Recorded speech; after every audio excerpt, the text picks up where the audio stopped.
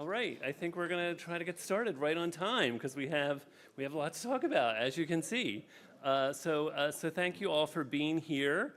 My name is Michael Norris. I'm the Executive Director at Carpenters Hall. We're so thrilled to see all of you here tonight. This is a very momentous day at Carpenters Hall because on September 5th, 250 years ago, the First Continental Congress began in Carpenters Hall. So we got to...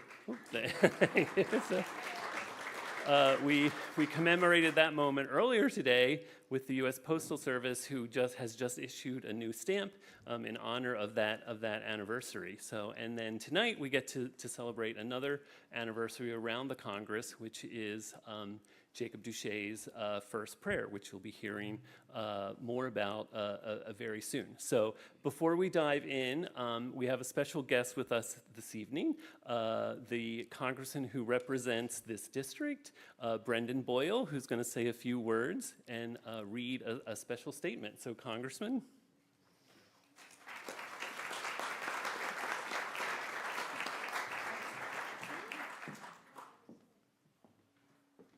Well, good evening, everyone. This is a special event, one of many that we will be having over the next several years. The 250th anniversary of the First Continental Congress is really the beginning, in many ways, of what will be 2 years' worth of celebrations of the events that led to our nation's founding.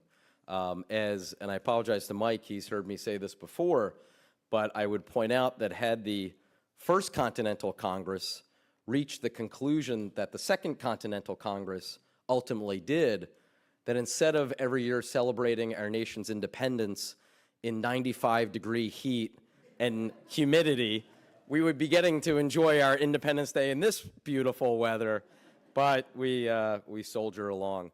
I want to say a special welcome to the reverends who are here. I already feel like I'm on my best behavior with all of you. I think if President Biden were here, seeing all these reverends gathered, he would say, "Forgive me, Father, for I have sinned." And I mean that in the most ecumenical way possible. I really, more than anything, want to read a statement not from me, but from the chaplain of the House of Representatives. She happens to be a native of our area and happens to be a very good friend of mine, Reverend Dr. Kibben. He's originally from Warrington, Pennsylvania. Mike had asked me back in the spring, or actually maybe it was January, February, if I could ask her to be here this evening. And somewhere on the C-SPAN video, you can see it, I'm standing in the well of the House floor in between votes asking the chaplain if she could be here this evening. Unfortunately, she and her family had already booked a family vacation for this week, so she was not able to be here with us. But she did write a beautiful statement, and so rather than my going on, what I want to do is actually read the words of the chaplain of the United States House of Representatives. On this momentous occasion of the 250th anniversary of the first prayer offered at the First Continental Congress, it is my distinct honor to share with the Carpenters Company and Carpenters Hall in honoring the significance of that event. Like today, those were tumultuous times, and the daily deliberations of our nascent government reflected the great sense of uncertainty and upheaval in our country. Thanks to a request from Thomas Cushing of Boston, the proceedings of the second legislative day were opened with the prayers offered by your own Reverend Jacob Duche. This was indeed a testimony to a felt need for divine intervention in the events of those days. Nearly every legislative day has been opened in prayer since the first Congress in 1789, reflecting the timeless wisdom and enduring faith of those who called upon Reverend Duche a quarter of a millennium ago. Reverend Duche's willingness to pray so passionately and sincerely on behalf of our country and its leaders, asking for God's divine blessing on their endeavors, was indicative of his deep devotion to serve God and country, a devotion all of us who serve in this unique ministry strive to uphold. His prayer remains profoundly relevant this day, and I quote, "Be thou present, O God of wisdom, and direct the counsels of this honorable assembly. Enable them to seal or settle things upon the best and surest foundation." May heaven allow the impact of Reverend Duche's first prayer to resound even in our day, reminding those in these hallowed halls of the Senate and the House that prayer is the cornerstone of the best and most sure foundation of our nation's government. Good evening.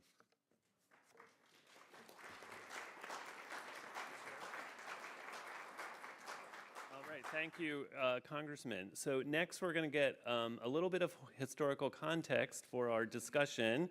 So please welcome to the podium Professor John Fea, who is from Messiah University and a renowned expert on this topic. So we're thrilled to have you here. Please, Professor Fea.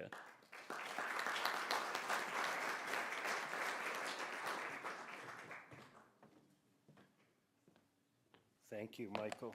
I've been given 10 minutes.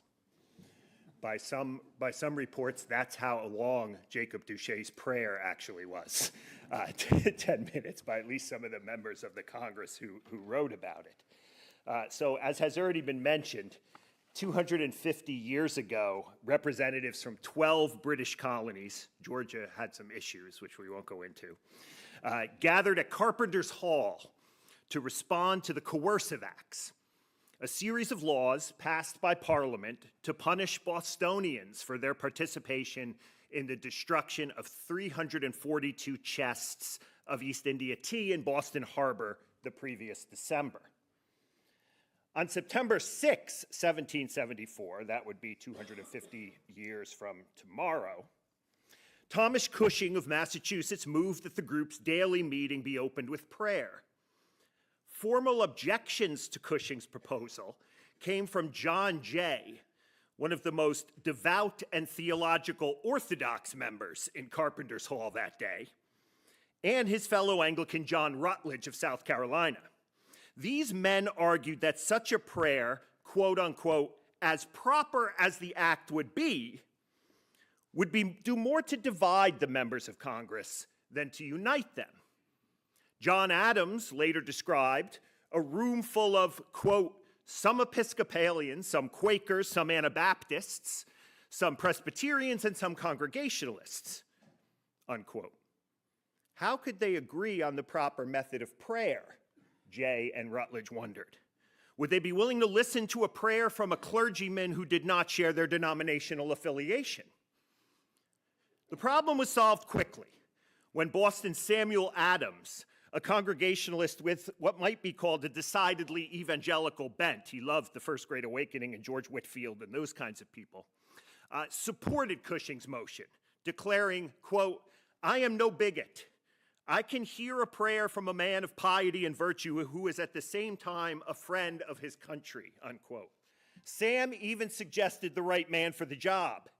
Quote, "I am a stranger in Philadelphia," unquote, Adams said. Quote, "But I have heard that Mr. Duche, an Episcopal clergyman, be desired to render prayers to the Congress tomorrow morning," unquote. The motion passed. Duche, the rector of Philadelphia's Christ Church, was technically appointed the first chaplain of the Continental Congress. By the time of this historic gathering, patriotic Protestant clergy had nearly a decade under their belts of interpreting the Bible in ways that supported the political agenda of their fellow Whigs. Duche was no exception.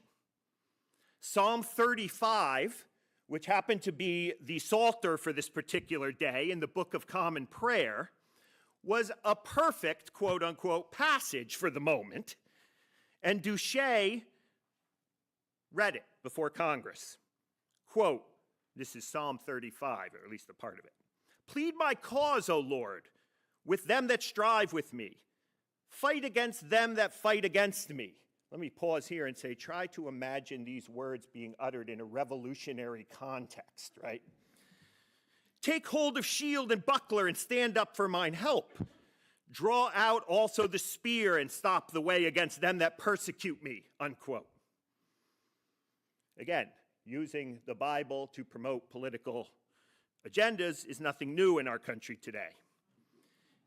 In the King James Version, the psalm was titled, "The Lord, the Avenger of His People." No wonder John Adams, writing to his wife Abigail, noted, quote, "It seemed as if heaven had ordained that psalm to be read on that morning," unquote. Silas Deane, a representative from Connecticut, didn't go as far as Adams with the providential musings, but could not ignore thinking about the scripture passage in light of the work of Congress. He claimed that Psalm 35 was, quote, "accidentally extremely applicable," right? No providence there, right? Duche's prayer that followed the scripture reading should be understood as an interpretation of Psalm 35, shaped by the revolutionary moment. Yes, even back then, pastors could use these texts to advance political agendas. Quote, "Look down in mercy, we beseech thee, upon these our American states who have fled to thee from the rod of the oppressor and thrown themselves upon thy gracious protection," he prayed. He indirectly compared David asking God for protection from Saul in the book of First Samuel with Boston and the other British colonies asking God for protection from the tyrannical acts of the British Parliament. Duche's God was clearly on the side of the colonists. So on September 7th, 1774, the Anglican rector essentially transformed Carpenters Hall into a temple of what might be called civil religion. The patriot cause was, quote unquote, righteous and just, and the British cause was, quote unquote, malicious, cruel, and unrighteous. The Congregationalist John Adams told Abigail that he, quote, he had never heard a better prayer, or one so well pronounced, Episcopalian as Duche is. Good Congregationalist there, John Adams.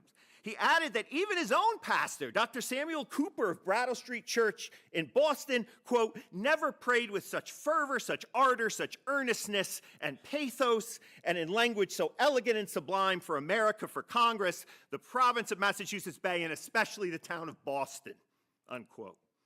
That was high praise from the son of Puritans. Dean, again, a representative from Connecticut, praised Duche's eloquence. The prayer, he said, was, quote, worth riding 100 miles to hear, and even Quakers shed tears, unquote. If Duche did pray for 10 minutes, as I mentioned earlier, and as Dean claimed, the prayer that we have today was probably just a small part of what Duche said that day. Some members of the Continental Congress wanted to publish the prayer.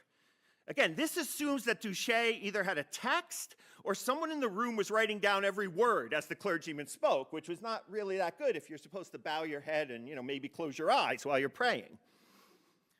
This assumes, the Congress decided not to publish the full prayer, whatever it consisted of, in order to protect Duche from British officials and soldiers who might not take too highly to such an overtly patriotic supplication.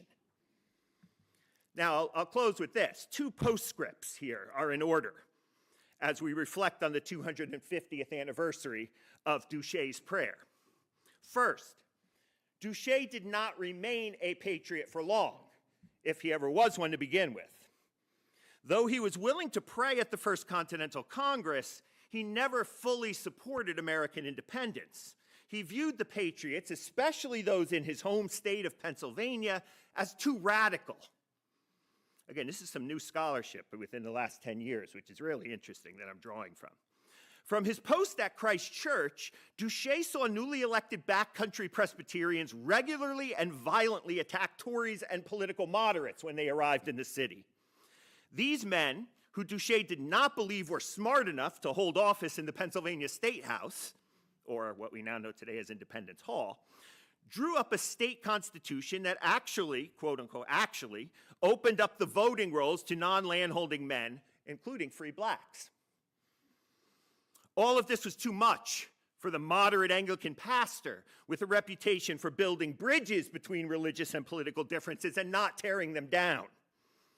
In 1777, he expressed some of his concerns about American independence in a letter to George Washington. The general was appalled, Washington, at Duche's lack of patriotism and shared the letter with the Continental Congress. When the letter became public, Duche's career in America was over. Shortly thereafter, he left for England as yet another Anglican clergyman forced to flee the British colonies amid a revolutionary climate that placed them in physical danger. The second postscript is that today Duche's prayer provides a usable past for members of a group we might call the Christian right. Writers such as David Barton and others, that name may or may not be familiar to you, are quick to note that the first major meeting of American patriots, of course, opened in prayer. And as a result, America must have been founded as a Christian nation. These writers show little interest in exploring the complexity of this historical moment. They rarely, for example, mention the fact that John Jay, a founding father who they often extol in other contexts for his deep Christian faith, opposed opening Congress in prayer. Nor do these Christian nationalists spend much time talking about Duche's letter to Washington explaining why he could not support the independence movement. Duche disappears from the historical record after the prayer in their writings.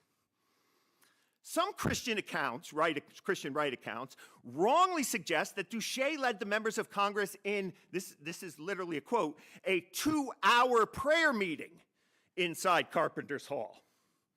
One gets the impression from their work, these writers' work, that a Pentecostal camp meeting broke out on the third day of the Continental Congress. H.T. Madison's 1848 painting doesn't help debunking this myth. It portrays, as you see, a wide-eyed Duche leaning urgently forward in what the Christian right thinks is a pulpit, as some members of Congress kneel against chairs with their heads lowered and their hands folded in prayer. So, in the end, conclusion, there were members of Congress who believed in the importance of acknowledging God before such a crucial meeting. This is a historical fact. The United States has a long history of endorsing prayer in times of crisis. This, I think, makes it perfectly fine to draw a historical line, no matter how crooked or disjointed it might be, from Duche's prayer to our current Senate and House chaplains, as our representative just said, or the invocations that open sessions of Congress. The wall of separation between church and state, historically, has had many checkpoints. I'll put it that way. Some may want to celebrate the First Continental Congress's decision to have Duche pray and read Scripture. Others, perhaps those loud voices in the chorus calling for the complete separation of church and state, might struggle with how to interpret Duche's prayer in today's context.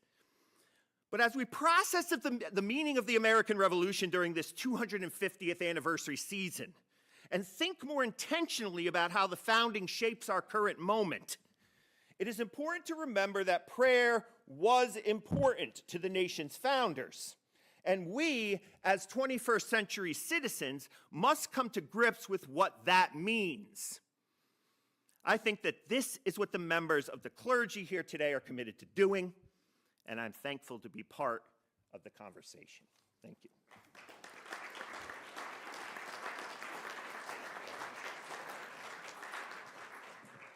Ready? Oh, I'm sorry. I'm now, we're going to start the conversation. So Dave Kruger, who is the executive director of the Dialogue Institute at Temple University and our wonderful partner on this program, will set up the discussion, and we will get going with the conversation. So Dave. Thank you, Michael, and thank you, Dr. Fea, for setting up that framework of that context, historical context for us. I'm with the Dialogue Institute based at Temple University, and I have some information here about our public history programming around discussing issues of religious diversity at the founding period. We recently received a grant from the National Endowment for Humanities, and Dr. Fea will be one of our scholars training K-12 educators around the country about how to navigate these kinds of questions in public school classrooms. But today is an extension of a long conversation that many of us have been having around religious diversity in the founding. And Michael and I, we've assembled a really fascinating panel of participants that we've been in conversation and dialogue with over the past few weeks, thinking through questions, thinking of a way to frame this, finding ways to bring out these really important issues. So they've all given some thoughtful reflection on the various questions that we'll be posing for them tonight. And we'll be going down the line. Some of them have agreed to answer the questions in advance. But there'll still be a little bit of room for spontaneity and exchange. And then Michael is going to be holding us all to a firm endpoint where we will have an open time for audience questions and conversation. Because we think that dialogue, conversation is really the essence of a healthy democratic life. So without further ado, I'm going to ask our esteemed panel of faith leaders to simply state their name and the institution that they are representing here. And then we'll dive right into our first questions. So, my name is Paul Gavetto, and I'm the pastor of St. Augustine Church right here on 4th by the Ben Franklin Bridge. I'm the Reverend Sarah Hedges Kligerman, and I'm the Associate Rector at St. Peter's Episcopal Church at 3rd and Pine. Susan. Majid Al-Saya. I'm the chairman of the board of the Dialogue Institute, and I work closely with Dr. Kruger. And I'm here standing in for the imam that was not able to make it tonight. I'm not an imam, but I am Muslim. My name is Jason Ferris. I'm one of 2 ministers at the Old Pine Street Presbyterian Church, which is right across the street from Sarah's church at 4th and Pine. I'm Christy Duncan-Tesmer, and I serve as General Secretary for the Quaker community in the 4-state region around Philadelphia. Hello, Rabbi Nathan Camisar from Society Hill Synagogue, a non-denominational synagogue at 418 Spruce Street. Samantha Vincent Alexander, and I'm the rector at Christ Episcopal Church. Hi, my name is Chris McElroy, and I'm the rector at Gloria Dei Old Swedes Episcopal Church. thank you so much. So our first question, let's dive right in. The Congress's decision to call on Reverend Jacob Duche was as much a political one as it was a pious one. How do you, faith leaders, how do you feel clergy should respond when called upon to appear as part of political events and ceremonies? And 2 of our panelists have offered to make some remarks, Reverend Mickelwright and Rabbi Camisar. Whoever would like to begin.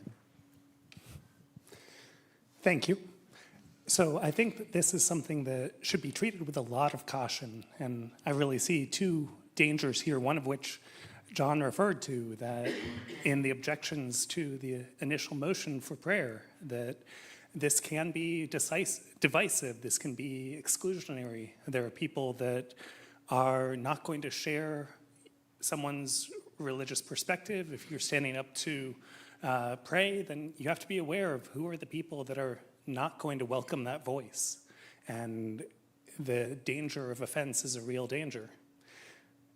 Even more, though, I think the danger of the power of symbols, the danger of being called in to baptize a position or a stance that you would not agree with. There is a desire always by people in power to use religion to support their positions, to support their power, and clergy have to be very aware of that opportunity to be used as a symbol. At the same time, I think there's an opportunity that we have to be aware of, I'm a big fan of Hamilton, and I love the song In the Room Where It Happens. And that chance to speak into places of power is a valuable opportunity. And I think if we want to see culture change, if we're not happy with how religion has been used as a support for power, if we're not happy with how religion has been used to divide, then sometimes the best way to change that is not just by critiquing it, but by modeling something different. And so there is an opportunity in accepting these invitations to model something different, to embrace the history that so many of our religious traditions have of subverting power, of subverting expectations, something that we see Jesus doing all the time, and a good model that I think we could follow. Yeah, I think one of the important pieces that the Reverend, spoke to is part of the backdrop of this conversation is the trepidation that we feel when bringing prayer to public spaces, because it's a little bit of an oxymoron to say we hold sacred the separation of church and state in this country. And as a Jew, I think the Jewish people have, in a lot of respects, benefited from that trepidation around bringing that voice. Because one of the things that's allowed Jews to flourish in the United States, like frankly they have at no other place in their history, in our history, one of the things that's allowed that is a real respect for pluralism and for a diversity of voices. And so that trepidation and that humility when it comes to prayer in public spaces, I think, is really warranted. On the other hand, and that's sort of the Jewish way of approaching these, is the on the one hand and on the other hand. On the other hand, I can't separate my soul from myself. I can't separate my selfhood from my spirit. And I think that's true of so many people in this country. And so when I think about what is the voice that we bring, for example, there's no more public act than the act of going into a voting booth. And I can't separate the Jewish spirit that's in me or the spirit any of us has from the rest of myself when I go into the voting booth. I can't compartmentalize that part of me. And that's true for so many of the actions, if not all of the actions that we take as human beings, whether it's the food kitchen, whether it's with our families, whether it's with our synagogues and our churches and our mosques. So I think to deny that voice on the public scale, on the public platform, is to really sort of deny an authentic part of our individual selves and our collective self. The trepidation is important when it comes to whom do we imagine we're speaking for. Okay, whom do we imagine we're speaking for? That's where the trepidation, I think, is really important. If we just assume that all of that the religious tradition we speak from is going to be compelling to everybody or for everybody, then that's where it starts to get problematic, and where religious minorities or the nuns, as they're called, non-religious people that make up a large percentage of our country, are going to feel marginalized. So I want to have trepidation when I'm imagining who I'm speaking for. I think I can have almost a little bit more chutzpah, if you will, in some ways the opposite of trepidation, when I'm imagining who I'm speaking to. Can I bring my full self to a moment and bring my authentic self to a moment and just allow people to listen and to hear that self, assuming it's non-coercive? Reverend, now Senator Raphael Warnock, was the one who invoked the notion of a vote is really a prayer. That's when we go into a voting booth and pull that lever, we're not that much more sure that it's going to lead to the outcome we want than when we offer a prayer.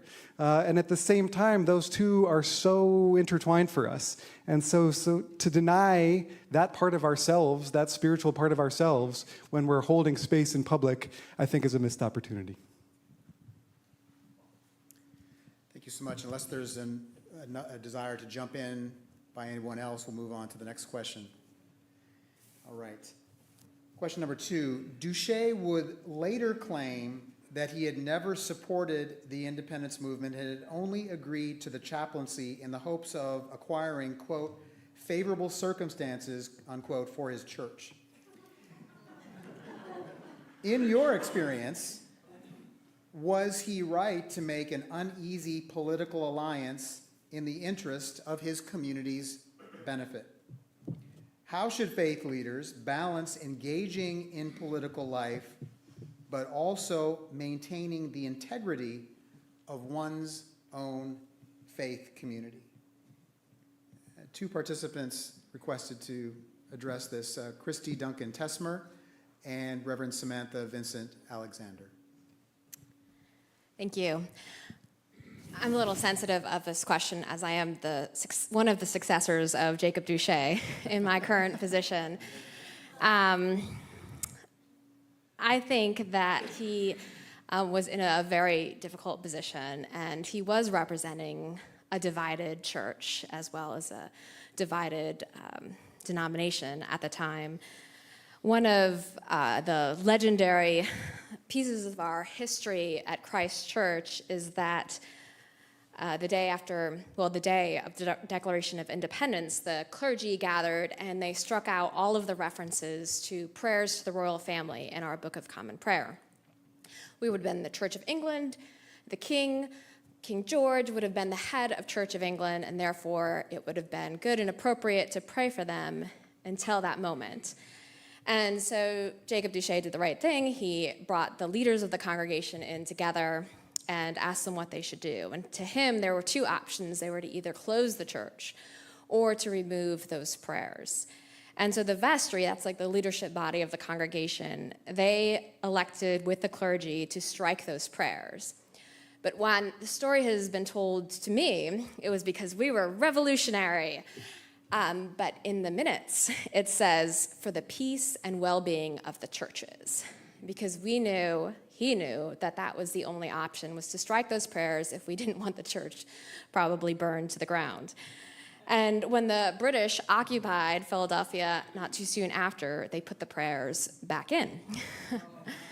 And again, I think that what he was faced with was protecting the church, protecting the people of the church. Was he maintaining the integrity of his faith community? I'm not sure. He was maintaining their safety, though. And those are two very different things.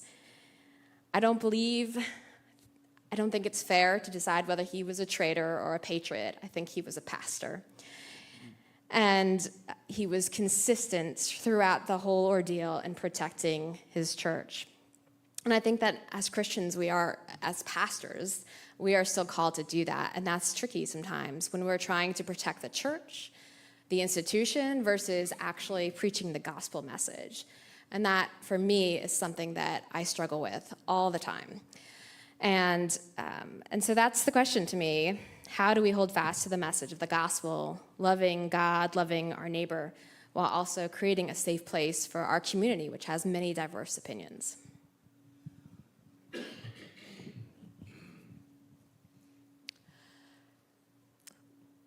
I think the motivation behind anything that involves a lot of passion is never going to be just one thing. But the question of, is it right to use civic politics in order to advance your faith community is pretty clear no to me. The faith community is about standing for God and about being the faith community and living an expression of God. And the government stands for all of the people, not one group, but all of the people. And so those are two important roles, and using one to affect the other doesn't allow the one to do what it needs to do as deeply as it needs to do it. That I was thinking as listening to others and preparing to say this, I was thinking that is so idealistic. But who better to be super idealistic than the faith community? So I'm sticking with it. In the balance of that engagement between the political life and the community's integrity, and I changed in the question, the word is but. Can you have a balance? How do you have a balance by engaging in political life, but still keep your community's integrity. And I think it's an and. There's a both and there. Faith leaders need to speak the truth that their faith has shown them, that their faith community has shown them. They need to speak that truth to our elected officials. That's a responsibility, I think, that we have.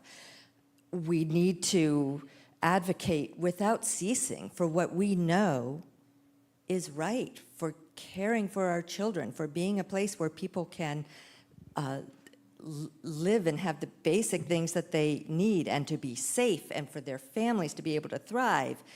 These are things that our religions tell us we need to do, and we need to be saying that to our political representatives as well. As leaders, we need to be making sure the people in our community have what they need so that they can do that also. But we should not be, as a faith, trying to get a specific outcome on a specific piece of legislation. We should not be trying to get a specific person elected. That's the work of the people. In our country, it's the people who make those decisions. It's not a religion that makes it. It's not a corporation that makes it.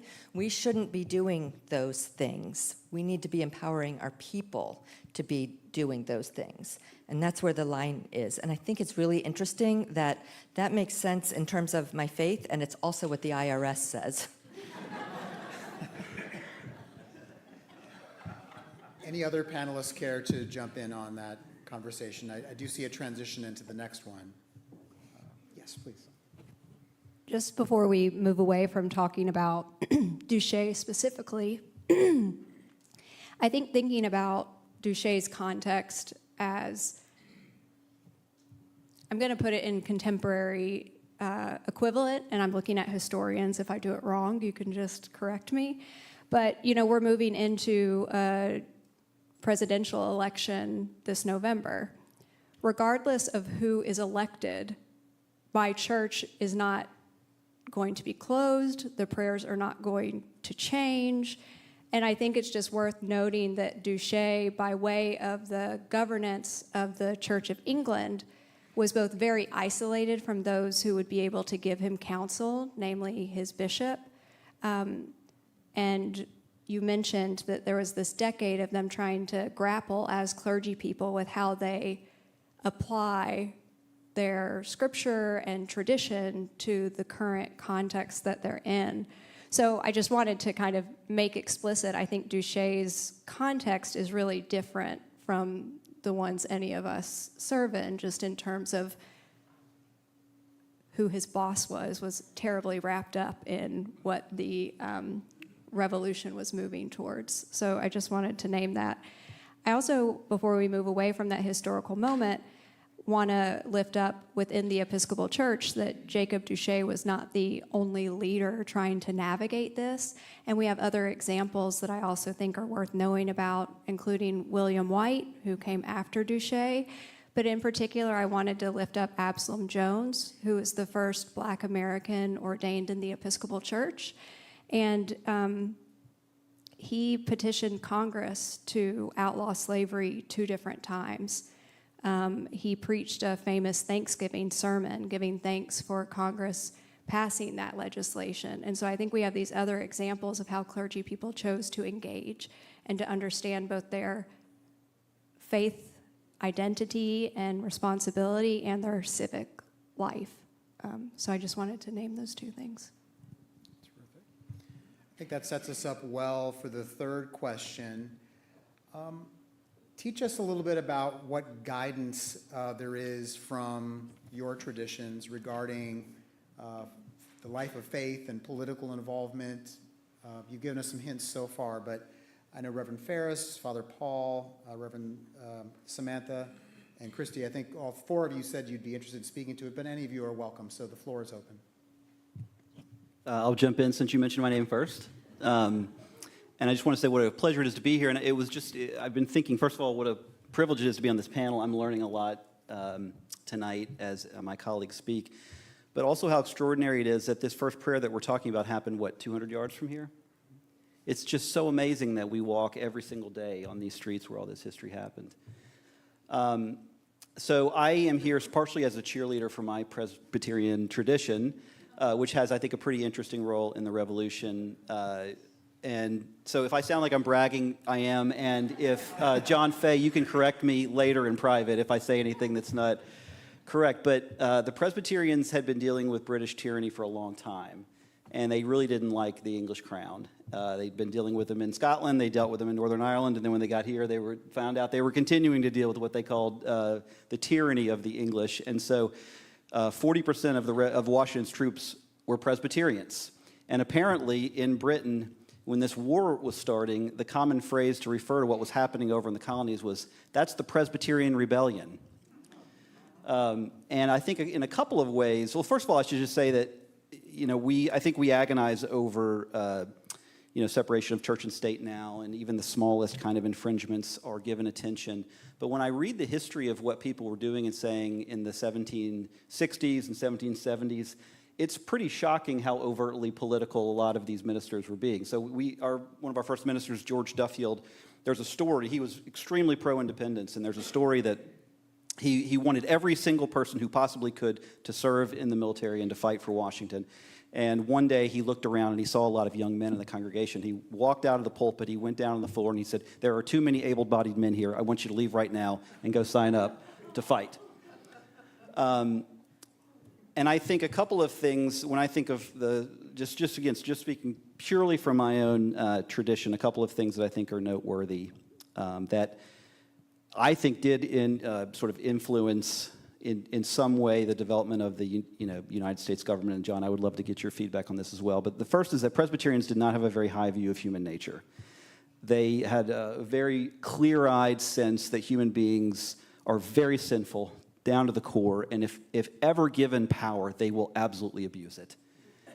And so in their own church government, they developed a system of representative democracy, because the idea is that no one person can possibly lead because that person will abuse his or her power.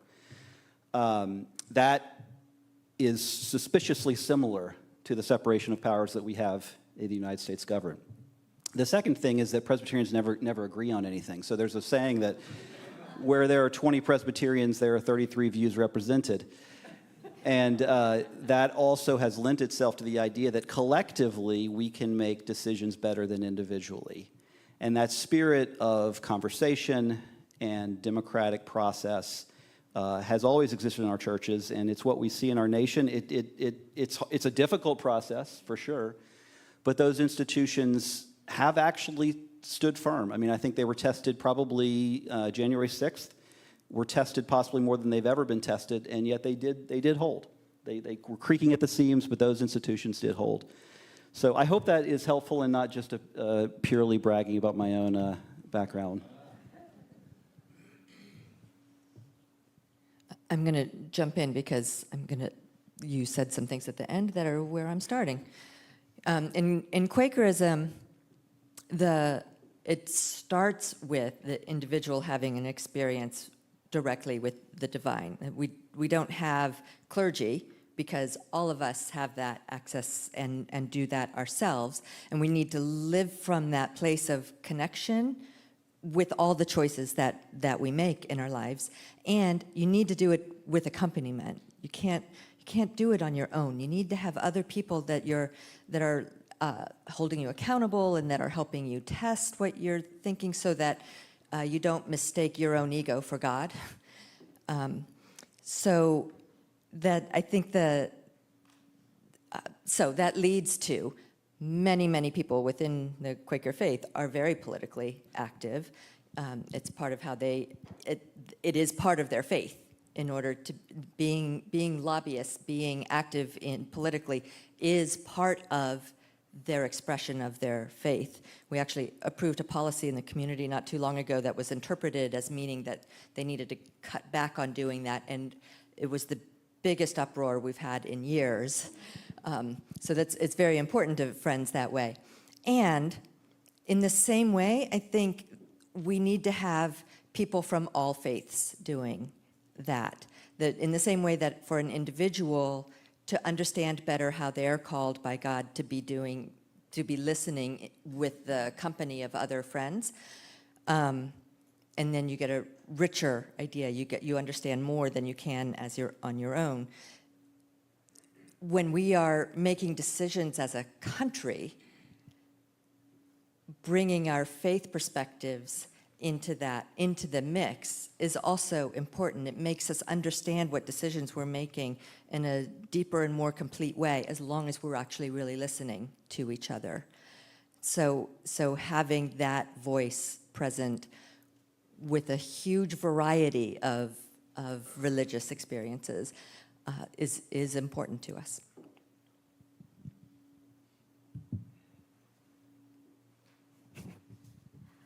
The structure of the Episcopal Church was created by the same people at the same time as the structure of the United States government. And we have almost as much bureaucracy as the United States government, at times it seems. But that's one of the ways we believe that the Holy Spirit, Spirit of wisdom, moves through the councils of the church. And so the councils of the church often determine our political viewpoints. We have an office of government relations that lobbies our political officials for opinions that come down from the General Convention. And the people who come to General Convention are elected by the members of our church. And sometimes they can get very specific, very detail-oriented. And the problem is sometimes the church hierarchy opinions don't really match the people who are attending our church. So sometimes I don't find it extremely helpful. But what I come back to in terms of who we advocate for and how we advocate are in our baptismal promises. So when we have a baptism in our church, we have certain questions that we ask either the parents or the adult being baptized. And one is will you strive for justice and peace among all people and respect the dignity of every human being? And to me, that's the question that we always have to come back to when we are determining how we vote and who we support and how we do end up lobbying our representatives. So I want to give Majid or Father Paul, if you'd like to address this question about your faith traditions.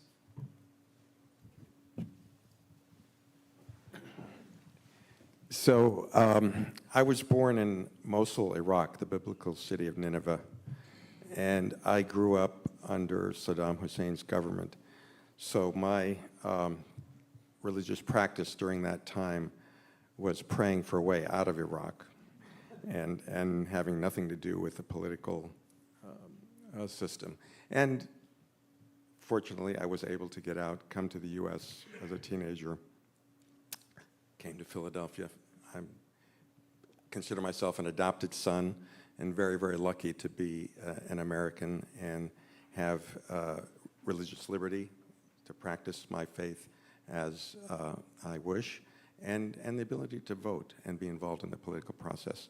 And I was lucky in the 70s when I came, there was no Muslim ban. So when I think about my traditions, my religious traditions, and how they're relevant to political involvement, I go back to the basics. The Prophet Muhammad sallallahu alaihi wasallam said, seek wisdom and learning, even if you must go as far as China. And that was the furthest point that they were aware of at that time in the world. So learning has been a lifelong practice of mine, and I'm a student of David's, actually. I might be the chair of the board, but actually I'm always learning.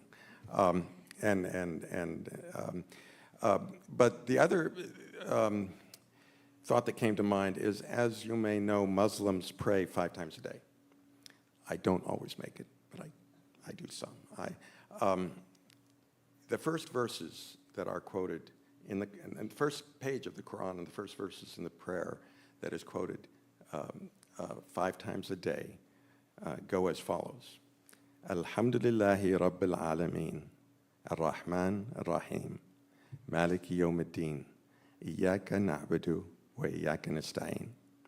And how that can be translated is, first of all, having gratitude for everything God has given us, being thankful, being grateful. And the second part is asking for guidance in the decisions that we make in the path forward. And I think someone mentioned, voting is a prayer. So seeking guidance in everything, including voting. So for me, those simple traditional religious instructions are relevant to me every day, even though I might not make it 5 times a day.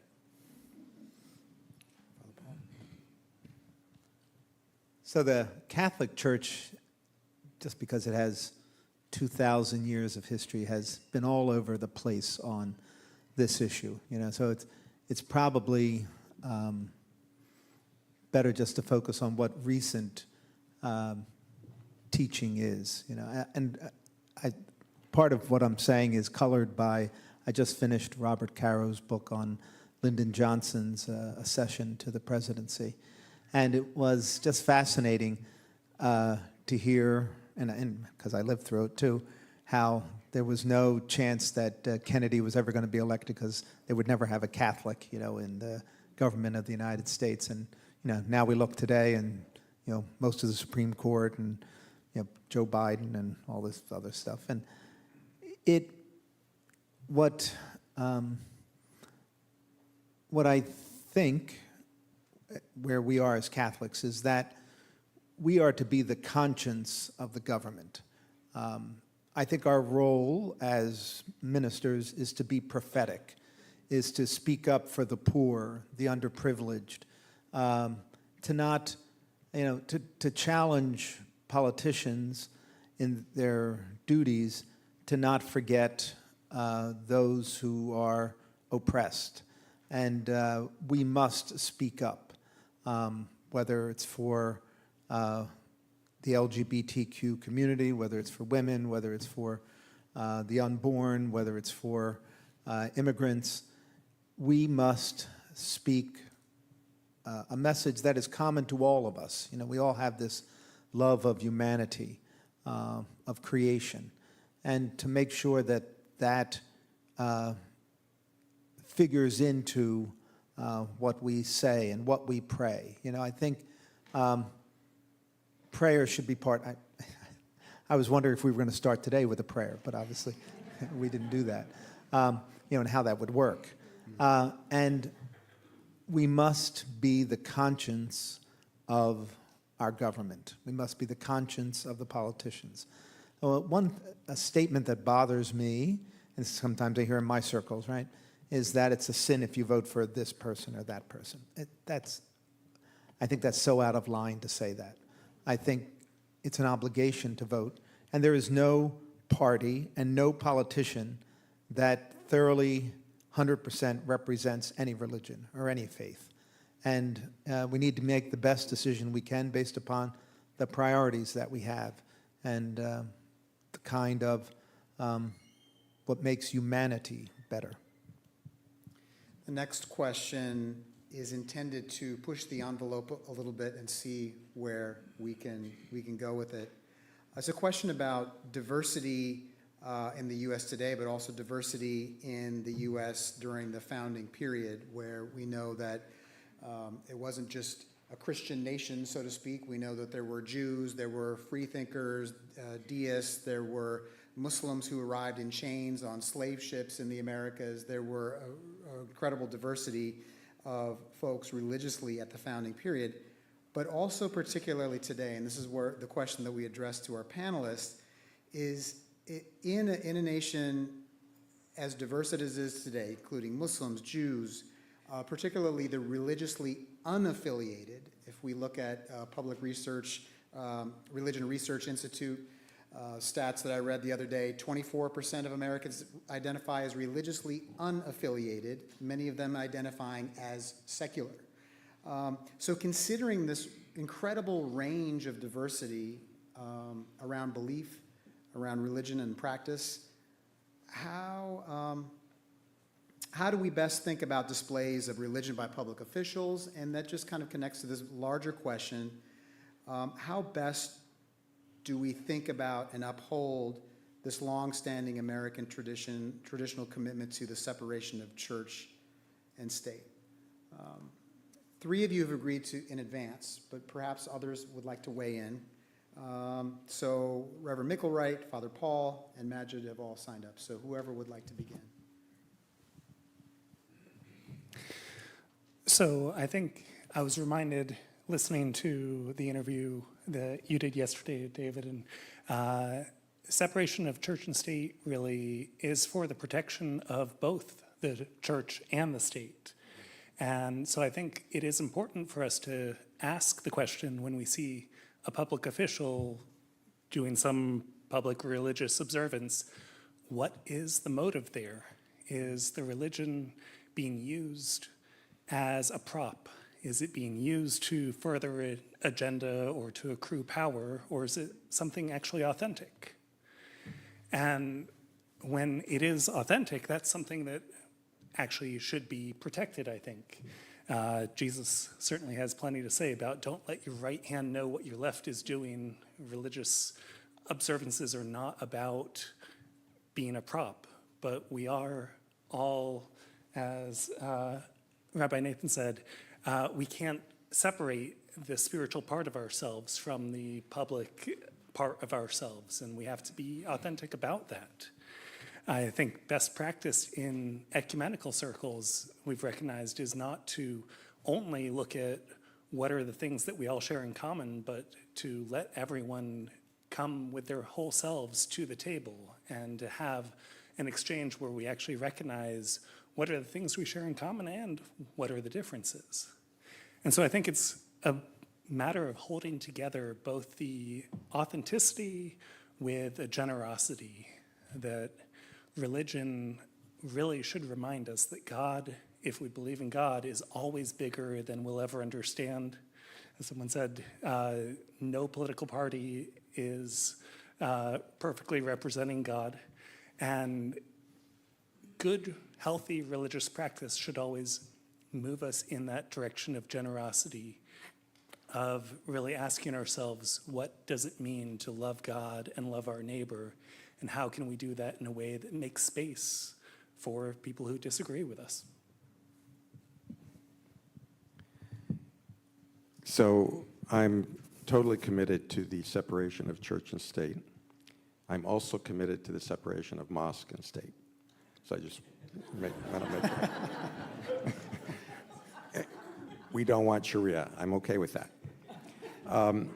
But joking aside, how many of you have heard of Tariq Khan, the state rep from Manayunk in Philadelphia, was elected 2 years ago?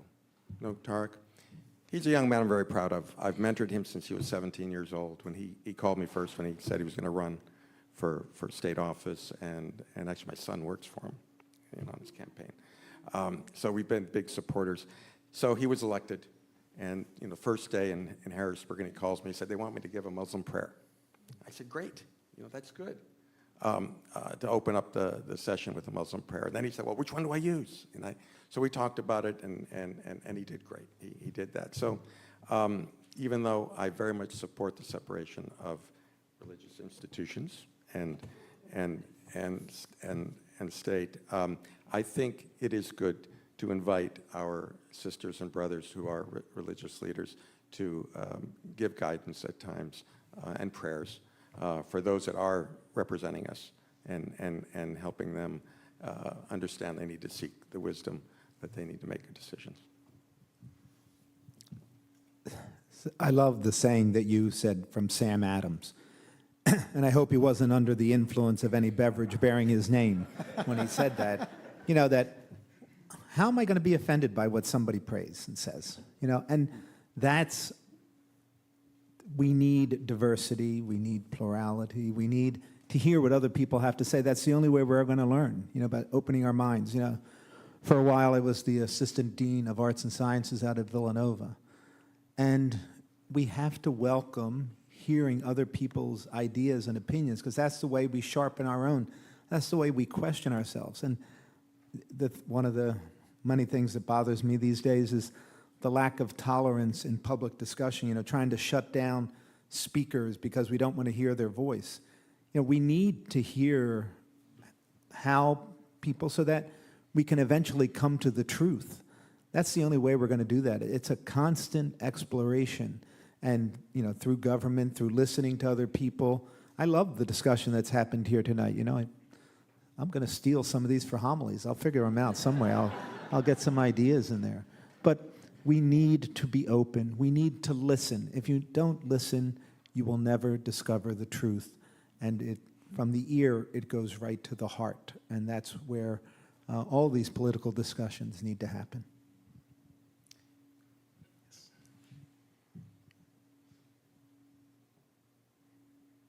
I appreciate what you said. Thanks. See, unity is coming along already. I feel like this kind of goes back to the third question around how do our traditions guide us in political involvement. And one of the things that I wanted to say that I think is relevant here is I think especially for mainline Protestant Christians, and Samantha, you talked about how the structure of the Episcopal Church very much mirrors the structure of our government. And also, all those same people were in the same rooms. And the same people who were heterosexual white men thinking about who deserved what and who could hold private property were the same people who imagined who could be members of the church and what they could be taught. And so one of the things that I'm thinking about is there's the what traditions guide us in political involvement. There's also the question of what traditions might we have to unlearn in order to have more faithful political involvement, especially those of us who have had power. I think what's hard about this discussion is, I find it moving to think about being able to open with a Muslim prayer because as a minority, we don't know those prayers. And I think sometimes we act as if we've all started at the same place, but for Christians, that's not true. We've held a power and a de facto presence that is not true for all religions, and I think especially within Christianity, certain denominations. And so for me right now, the idea of how do we best think about and uphold the longstanding American commitment to the separation of religion and state, and I'm just going to say it and then we can talk more about it if we want to, or we can move on. But one of the responsibilities that I feel right now is to have very open, honest, consistent conversations about Christian nationalism and its rise in our country, because I think that so misrepresents what America is. And instead of seeing America as a place for religious pluralism, it imagines or believes that Christianity and being American are one and the same, and that if you're not Christian, you can't be a true American. And for a lot of people, especially those who identify as nones, the N-O-N-E-S, their connotation of Christianity is that very specific theology and ideology. And I think it's understandable that if people think that that's what it means to be Christian, and especially if they've been harmed by that theology or those communities, then to imagine that they want a Christian minister to stand up and pray, I can understand their hesitance or how they're upset. So, I think we're talking about really big ideas, and I appreciate that, but we also live in this context, and in this context, I think if we're going to uphold this large commitment to separation of religion and state, we have got to be better about talking about Christian nationalism and how it misrepresents both Christianity and civic identity. I'll jump in. I just think it's such a fascinating topic, and I appreciate you bringing it up, Sarah. I think a couple of things that I like to point out, because this is such a big topic now, is number one, how historically inaccurate Christian nationalism is, because many of us, the traditions that we came from, they wanted the state to have nothing to do with religion. That's the reason why they left Europe. It was because they felt like they couldn't practice their religion freely in Europe. So when they came to this country, they said the last thing we want is an official state religion. Certainly in the Presbyterian view, the last thing we wanted was to again be in a country where there was an official religion that we were required to adhere to, and we felt like we couldn't practice our own religion. The second thing, there's been some really interesting sociological research recently, which has shown that a lot of the people who sort of wear this mantle of Christian nationalism don't actually go to church. And they don't really know much about Christianity.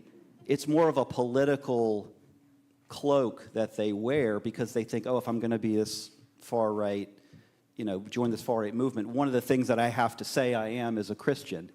But when they ask these people, do you pray? No. Do you go to church? No. Can you tell me about Christian theology? They don't know that much about Christian theology. And I've actually seen some counter research which has said that the more frequently someone attends church, the more moderate they are.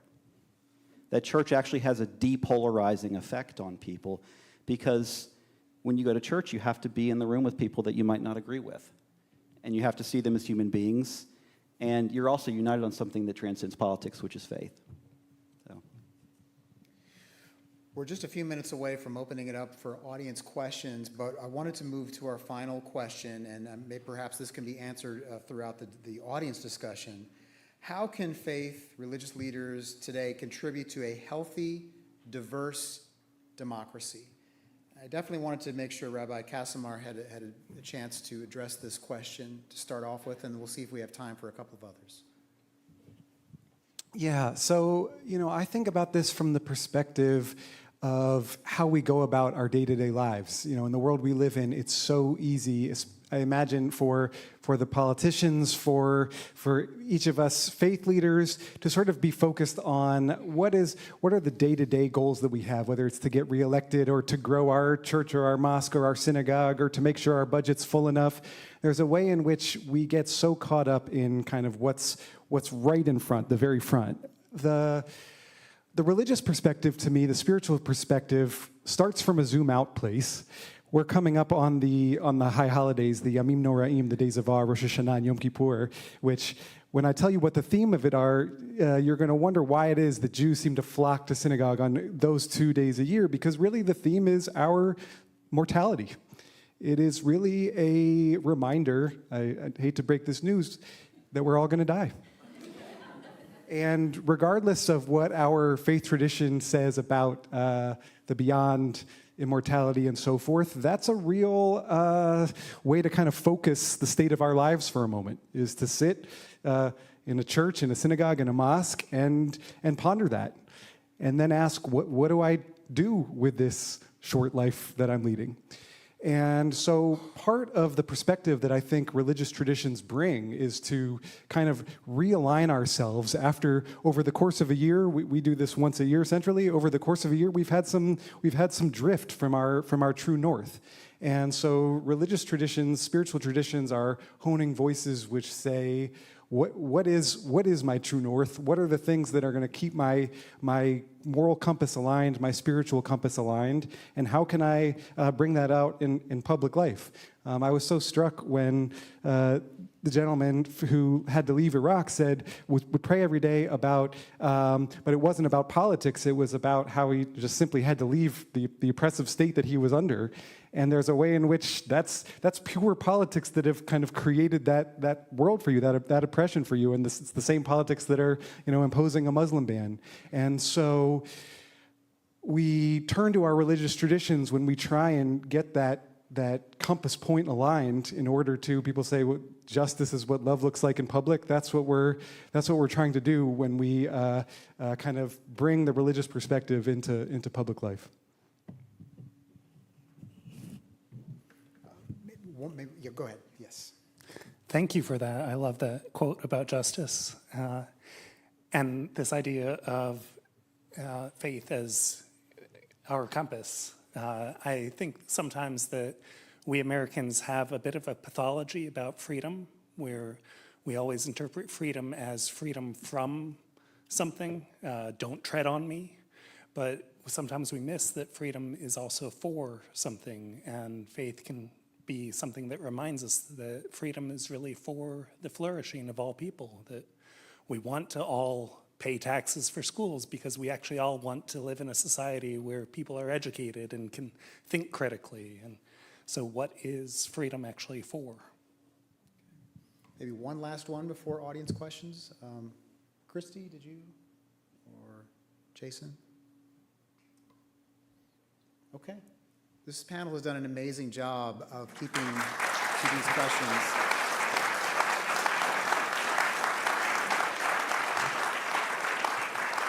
And in the spirit of democratic participation and engagement, we now open the floor. So, Michael. Alyssa Constant, who's our assistant director at Carpenters Hall, has a microphone. If you have a question, please raise your hand. Please make it an actual question, and she will find you.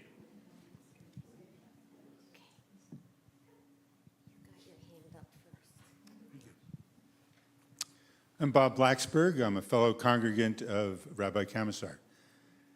We've alluded to, but I can't escape, that the American civic story and the clergy who are associated with it are intertwined with our heritage of enslavement. If we were to lift the screen in front of us, we would see portraits from life of Thomas Jefferson, Benjamin Franklin, and George Washington. All were slaveholders at some point in their life. And our responsibility as a country to address the impact of enslavement on those enslaved and those who were enslavers, I think remains something that can't be escaped when we express ourselves in terms of faith.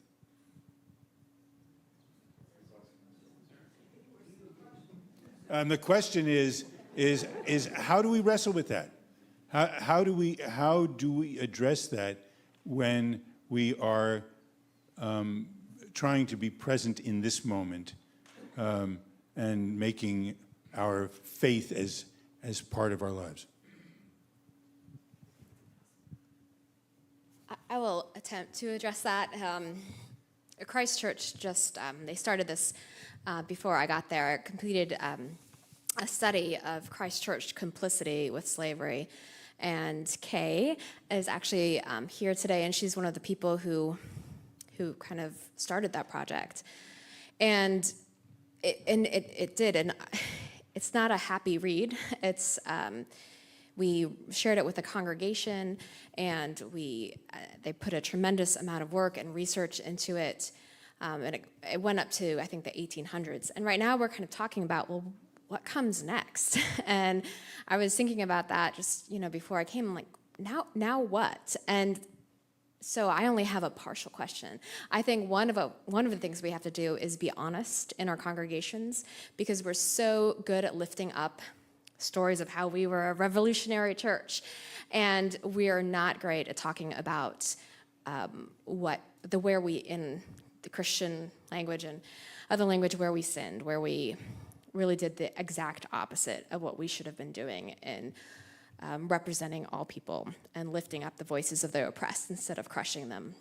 And so that's one that we're trying to figure out, is now that we have this information, what comes next?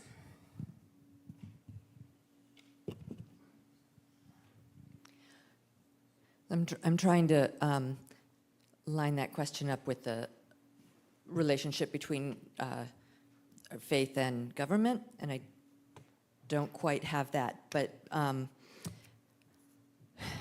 one of the things that is important in our community is to be Quaker community, is to be paying attention to where is the things that we do that are the way that we are Quaker. And in Quakerism, we don't have a creed, we just have the way that we do things, not what we believe, but what we do. And where are those things of what we do actually about being in alignment with God? And where are they actually about a white supremacist way of doing the things that we've always done because that's the way we've always done it because we're in this culture? And one of the ways to pay attention to that is to be constantly asking the question. So I'm really glad that you raised it. I was noticing that I had a couple of notes about how to bring in paying attention to racism in particular, other isms as well, concern about LGBTQIA+ community, but couldn't quite make it happen, which I think is also about how we frame the questions to start with. So we're framing questions that make sense for what we're talking about, and we can have an entire conversation with an all-white panel without having to talk about slavery or racism. And that can feel normal, unless you raise the question and note that it isn't.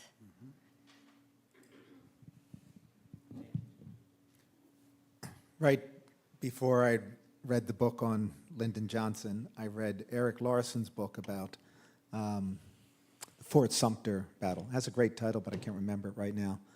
And during the book, he quotes people in South Carolina and how they were using the scriptures to endorse slavery. You know, as I'm listening to it, I'm thinking, what a bunch of crap. You know, like, how could they do that? But what we learn is that revelation takes place over the course of time. You know, and as we look back centuries, we see so many oppressed people at different points in time. And yet, you know, what did Martin Luther King say? You know, the truth, the bend, the arc? Arc of yeah. Got it. That's right. We're working together. And it is, we just have to keep at it. You know, and when we look back, we see how, for lack of a better term, sinful we were to exclude different peoples at different times, whether by gender or by race or by religion. It's just wrong at any time because we're all creatures of God, and until we get to that point, we're never going to have the peace that we need. But, you know, as we look back, and slavery is one of the biggest sins of humanity, and that we made it this far gives us hope that we will be able to eliminate the other sins of prejudice and hate that we experience. Just really quickly, one of the ways that I've tried to talk about it in my congregation and a couple of people who participated in a 6-month program we did to talk about white supremacy, I would talk about what would it look like for us to live into a theology of risk. And in particular, if you are someone who has been not only centered, but also protected as you're in that center, I really feel like if we're grappling and deconstructing and repenting of slavery, the guiding thought, I guess, is what I want to do, is what I'm trying to do, is it costing me something? Because what I have observed, including in myself, is that a lot of, I'll just speak from my place, progressive white Christians are very committed to learning and to reading and to feeling bad, but that doesn't really cost us anything. And the theological framing for that is it doesn't need to cost us something because there's only so much justice or freedom to go around, so when we put it in the pot, people who didn't get it can take it back. It is when we don't hold so tightly to these things we feel like we have to need, God reveals more than we ever could have hoped for, and we wonder why we clung so tightly to this thing that we were afraid to give up. And so I think there is something to be said about asking if you belong to, or if your tradition includes a slaveholder religion, how is the way that I'm trying to talk about that, to address it, to move beyond it? What is it costing me, with the promise that on the other side of letting go, there is that freedom for something more?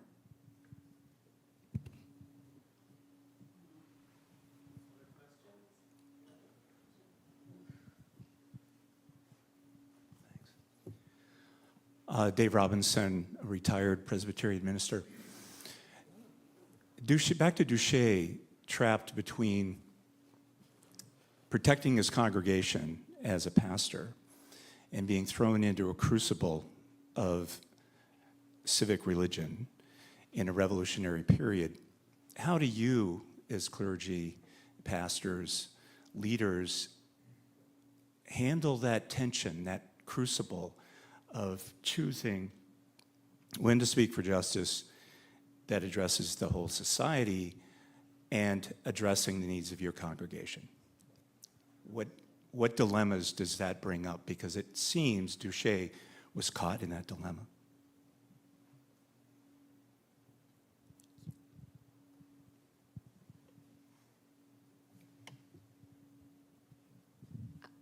I will say this came up in my previous church was in Southern Virginia, and we it's one of the oldest churches in America, and it's from 1610. And we had a Confederate monument, 16-foot tall Confederate monument, almost right in front of our church. It was part of a cemetery, but it was clearly put there to be in front of our church. And engaging in that conversation was the most painful thing that I have ever experienced. And I am a person of privilege. I own that. And so I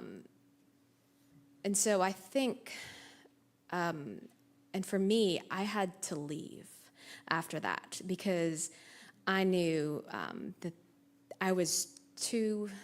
I couldn't do anything else there. And I wasn't sure if that was because I was too afraid or because they wouldn't accept that. And what I told myself was that they couldn't accept it. But I think a part of it was that I was too afraid. And I think that we kind of push as far as we can push. And then we have to protect ourselves to some extent. And then, yeah, so I think it's always this balance between protecting yourself, protecting the church, and then also, not protecting God, but protecting the truth of what you believe. And I don't know if that answered your question or not. Yeah, it is just a constant tension. And to some degree, if you're not in that place of tension, then I don't know if you're actually being a minister. But I don't enjoy it personally. And but that's just where we are. I mean, this probably seems like a small thing, but we faced something where we decided not to apply for, was it PPA loan? Was that the loan that they gave out during COVID? PPP? Okay, it was basically a loan that you didn't necessarily have to pay back.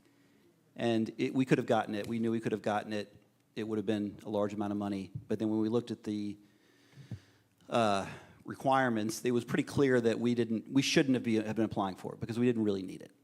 And so we did the right thing. I'm happy to say we did the right thing. But there was certainly a temptation to say, here's a lot of free money, why don't you take it? You could use this to do some important things in your congregation.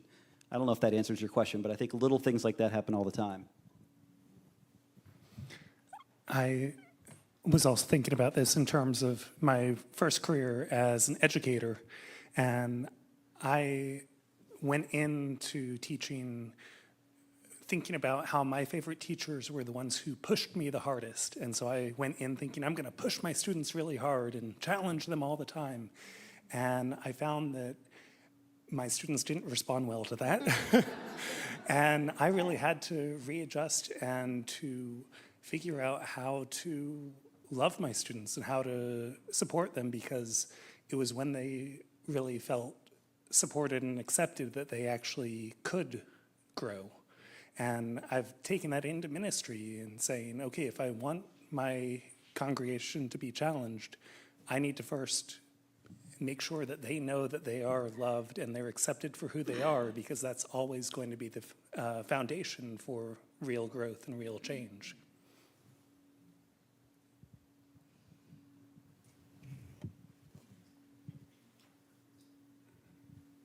Hi, thank you for everything. I used to spend a lot of time, in fact, I lived for a while in Virginia, and when I was there, I always got people together across the table or around the table with different views, political views, different beliefs about their religion, even though we were all in the same churches. And my question is, what do you all think about the need that I'm stating? What do you all think about getting a variety of people around the table?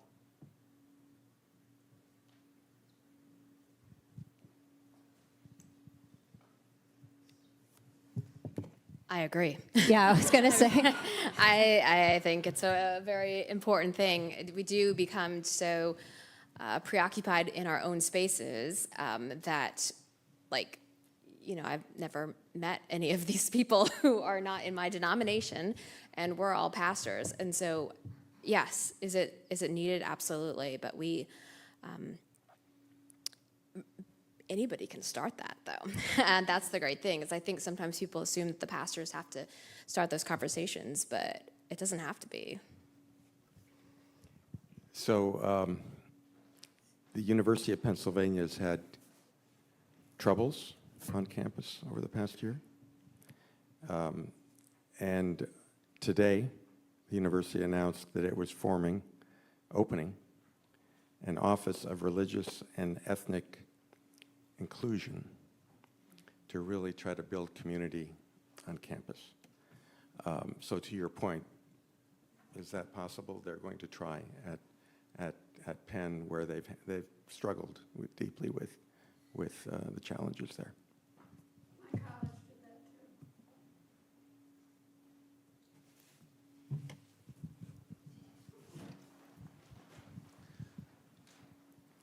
Would anyone on the panel regard the current rise of Christian nationalism that's pervading the country during this contentious election cycle with what happened approximately 200 years ago in the nation with the Great Awakening? I say that in the context of puritanical fundamentalism, perhaps, that in hindsight might be regarded as oppressive. You know, I think the Great Awakening is really interesting because also it appears that Jacob Duche was quite caught up in it, that he really valued it, and that he would even in his preaching try and kind of emulate it. I think that what I have studied and read, the rise of Christian nationalism doesn't have to be traced that far back. In fact, I would say that it's a response early on to the progress and success of the civil rights movement. And in the decade following that, we see this kind of marriage between people who identify as conservative politically and then people who identify as conservative religiously.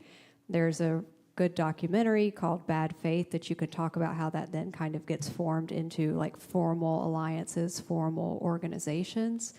You know, the Great Awakening isn't, we could have a whole panel, you know, about that because it emphasizes some things that we've talked about that are positive, like a personal experience of God's love in your life, of trusting yourself and your own sense of the divine being present, this idea of freedom and liberation. On the other side, there's an emphasis on repentance and sinfulness. But I think talking about Christian nationalism in the most important way, it's a much more recent history. And we not only look at the marriage and rise of Christian nationalism through the 70s, 80s, 90s, but we also have to look at how, again, I'm speaking within my tradition, mainstream Protestant, more moderate and progressive churches moved into a place of saying church isn't the place to talk about politics. And so you have the rise of one very specific voice saying it represents Christianity, and then the total absence of voices presenting a different view of Christianity.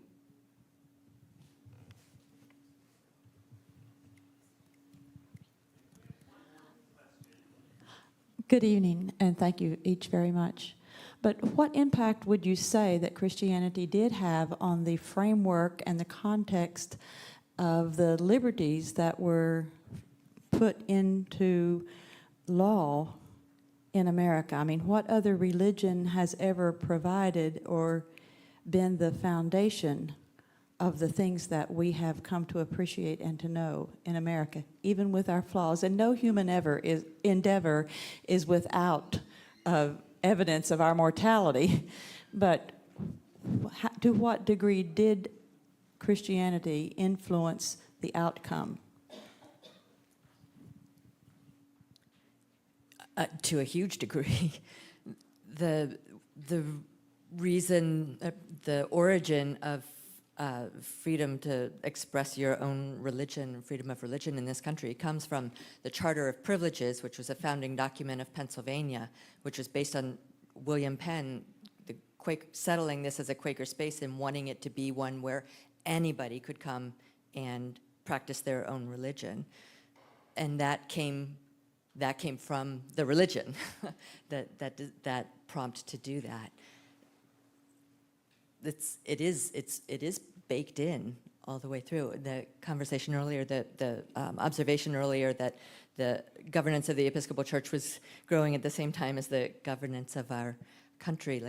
The way that we do things are based in the way that we've done it for centuries now, which is part of why we need to be evaluating it.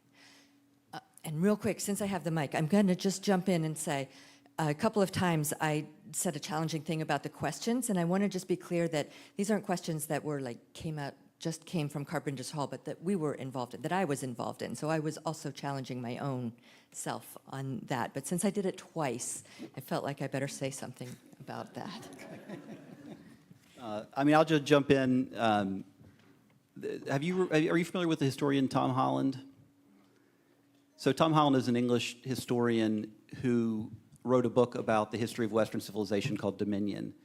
He started out as an atheist, and someone challenged him. He had written a book about Muhammad, actually, and someone challenged him. They said, well, you wouldn't write this book about your own tradition. So he said, that's a good, I should do that.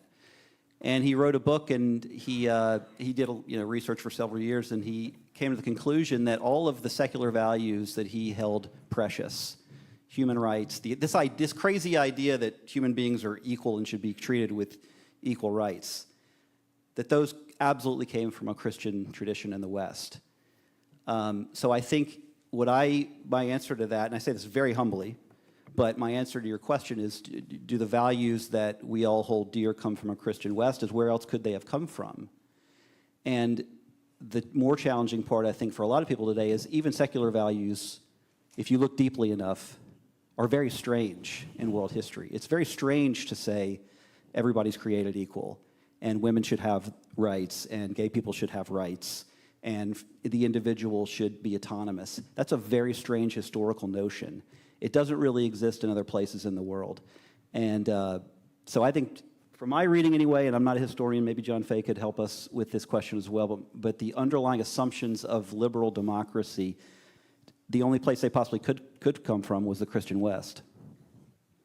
And just to supplement that a little bit, it's also worth inquiring, where does the Christian West come from? And let me say, Judeo-Christian values. And so I just say that to say, I mean, dating back millennia, these cultures have been in conversations with each other. I mean, sometimes contemporary Jewish people like to think, oh man, we're the ones who have sort of temptations around assimilation. Our ancestors had it was a pristine version of the tradition back then. And the truth is that dating back, we've lived alongside Muslims, we've lived alongside Christians. The cultures have always been in conversation with each other, influencing one another. So often traditions that are formed that look like they're from a place of divine revelation can oftentimes be traced to it being a direct response to a religious tradition that it's kind of competing with and conversation with and trying to get an edge on. And so I think we're talking about to me sort of transcendent truths that transcend any specific religious tradition. And so while certainly in those religious traditions, those have been honed and given language and given grounding and given clarity. When we speak to, you spoke earlier about sometimes trying to see through some of the traditions to kind of what God is really urging from us. And I think that's when we think about does one kind of religious tradition can it be directly traced, perhaps? But then again, as I started, where can that tradition be traced from? And so we're really in conversation with one another on this panel, and sort of I think all those influences find their way into our American tradition as well. Thank you very much.